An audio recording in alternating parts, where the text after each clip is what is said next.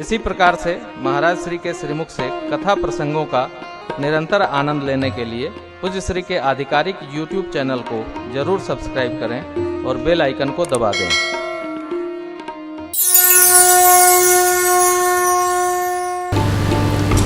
आज कथा का प्रथम सत्र है। भगवान भोलेनाथ माँ भगवती की कृपा से हम आप श्री राम कथा महिमा का स्मरण करेंगे।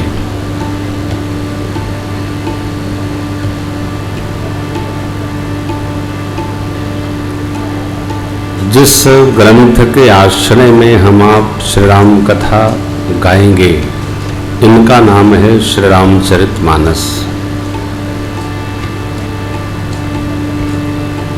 राम जी के चरित्र की दो श्रृंखला है। अभी आपने आरती में गाया, गावत वेद पुराण अष्टदश। तो ये वेद और पुराण कितने? 18 राम यश का गान करते। राम यश की दो श्रृंखला अर्थात दो प्रकार। भगवान का यश दो प्रकार का है। रामचरित्र के दो प्रकार, एक है मर्यादा राम यश, दूसरा है लीला राम यश।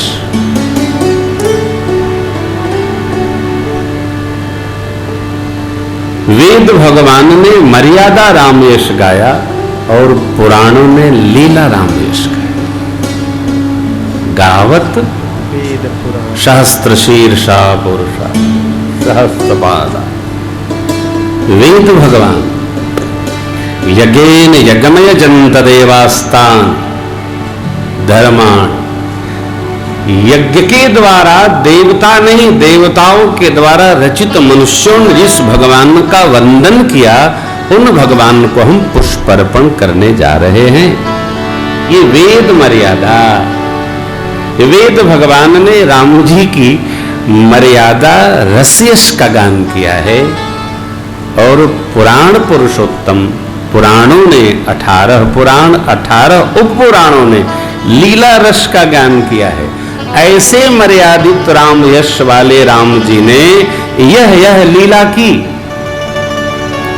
परंतु श्री रामचरितमानस जी ये सबका समेटा हुआ ये जूस है साहब, ये रस है। श्री रामचरित मानस राम जी के दोनों चरित्रों का मानस सर है। दोनों आनंद आएगा। कहीं मर्यादा की कथा आप गाएंगे, कहीं आप लीला यश में अवतरित हो जाएंगे। अरे क्या बात! अभी दोनों भाव में ये समझ में नहीं आता हम किसको माने। समझने का काम नहीं है यहां तो बस रमने का काम है साहब। राष्ट्र कवि कहते हैं, राम तुम्हारा चरित स्वयं ही काव्य है। कोई कवि बन जाए सहज संभाव्य है, कुछ करना नहीं। राम जी राजा का भी मंगल कर देते हैं और राम जी वन में बैठे शबरी मैया का भी आनंद कर देते।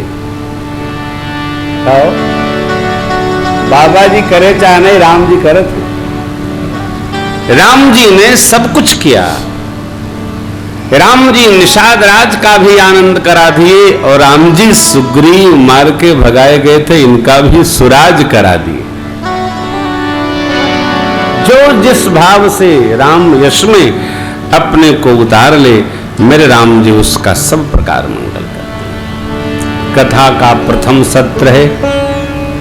प्रथम बात, दिल्ली के श्रोताओं की कथा सुनने की अपनी एक स्टाइल है। कहां जा रहे हैं? ए डियर बैठो। अभी बेटा बहू से पेट नहीं भरा। दिल्ली के लगभग सभी श्रोताओं को मैं निगाहों से जानता हूं। क्यों? 20-22 साल से आ रहा हूं साहब, गीता भवन में 20-22 साल हो गया। इसलिए आप देर से आओ, लेकिन आओ तो जाओ मत, आओ तो सुनो, आधे घंटे सुनो, 10 मिनट सुनो, बीच में ना आइए। आइए तो आइए, तब रस मिलेगा। तो मैं निवेदन कर रहा था, आप में से जो अनुष्ठानिक कथा सुने, आज से दाढ़ी नहीं बनेगी। पति पत्नी ब्रह्मचर्य व्रत का पालन करेंगे।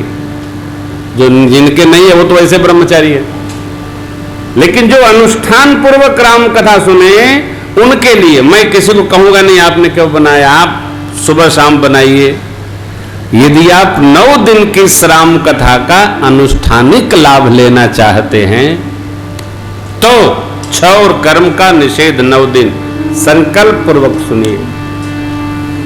बन सके तो प्याज लहसुन और आमलेट को बचाइए, शुद्ध सात्विक रहिए।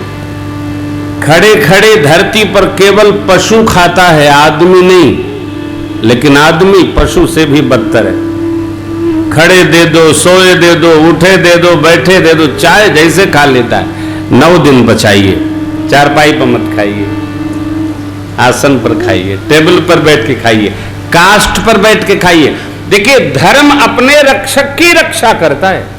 मनुस्मृति, हम धर्म का पालन करेंगे तो धर्म भगवान हमारा स्वयं पालन करेंगे। जो लोग अनुष्ठान पूर्वक सुने उनके लिए विधि बताई है। जो आ रहे हैं, जा रहे हैं, जैसे मन करे गा रहे हैं, सुन रहे हैं, उनकी अपनी मनमुखी विधि है। कथा के बाद मेरे से कोई पूछेगा नहीं हमको क्या करना चाहिए, हमने सब बता दिया। ऐसे सुनना चाहिए, ऐसे बैठना चाहिए। कथा का समय आपको पता है, कथा के बाद चर्चा कर लूंगा आपसे कई बजे आप सुनेंगे। मैं 9 दिन केवल राम कथा गाने आया हूं, कोई काम नहीं। राम कथा भाव से सुनेंगे, हम भाव से सुनाएंगे। हम भजन वगैरह कम गाते हैं, हम कथे गाते हैं, इसलिए निष्ठा पूर्वक लीला महोत्सव में आनंद लें। यह राम कथा क्या है, भगवान शिव ने कहा। क्यों? शिव जी इस कथा के प्रधान वक्ता हैं। फिर भी ध्यान रखिएगा, शिव जी कथा कैलाश के दिव्य शिखर पर सुना रहे हैं। कैलाश का परिचय बड़ा मधुर है। परम रम्य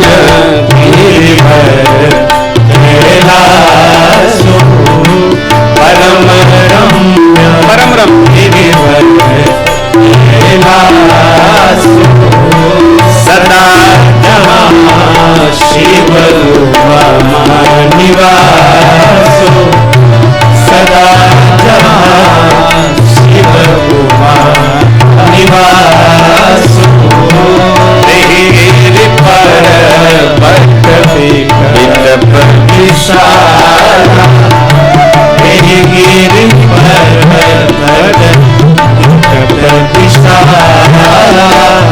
नित्य नूतन सुंदर सब भाला, नित्य नूतन सुंदर सब भाला। एक बार तेरी तरह प्रभु गए, एक बार तेरी प्रभु गए। करो दिलों की अति सुख भय, करो दिलों की अति सुख भय। निज कर आसिना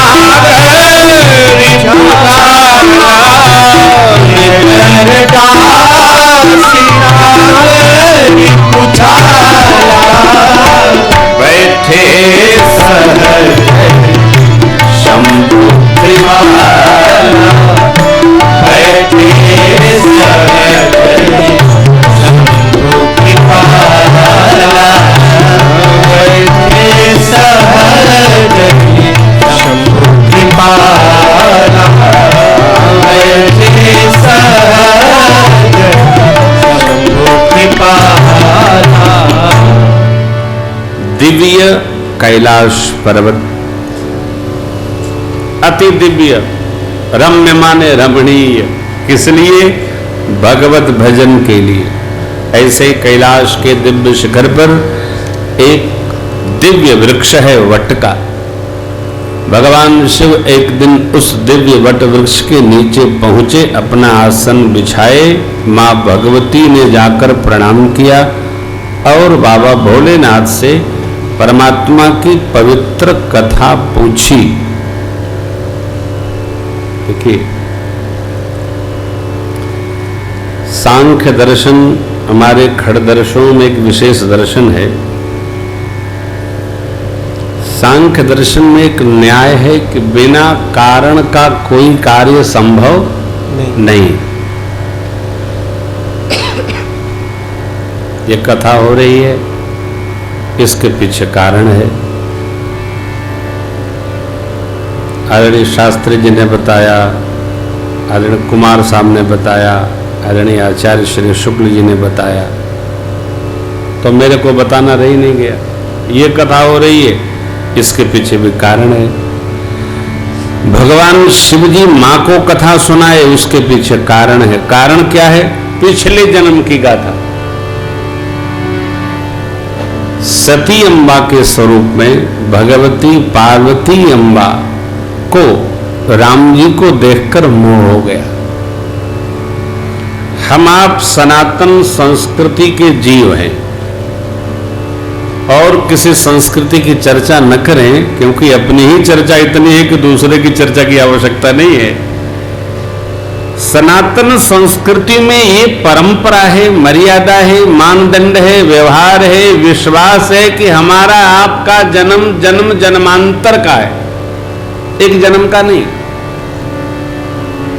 और हमारा जन्म आपका जन्म जब निरंतर हो रहा है तो हमारे आपके साथ जो कर्म हैं, व्यवहार हैं, बधे हुए हैं। इसलिए सभी संत महात्मा महापुरुष कहते हैं, सब कुछ कर लो, कर्म बिगाड़ना मत, क्योंकि हमारे कर्म का फल हमको ही भोगना हो। हम कर्म अपना बिगाड़ेंगे, दूसरा फल नहीं भोगेगा। श्रवण कुमार जी को खेल खेल में सरकार चक्रवर्ती जी का बाण लगा तो श्रवण कुमार जी के माता पिता के मुख से शाप निकला, पुत्र वियोग में हम जा रहे हैं, पुत्र वियोग में तुम भी जाओगे। परिणाम आया,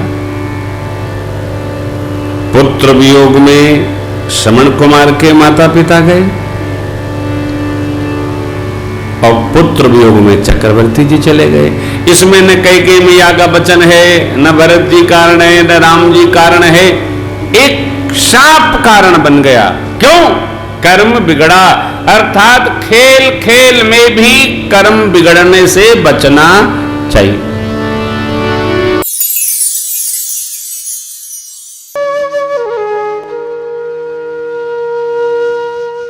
इसी तरह सुनते रहिए, चैनल को सब्सक्राइब करिए, बेल आइकन को दबा दीजिए और पुण्य अर्जन के लिए अपनों में शेयर करिए।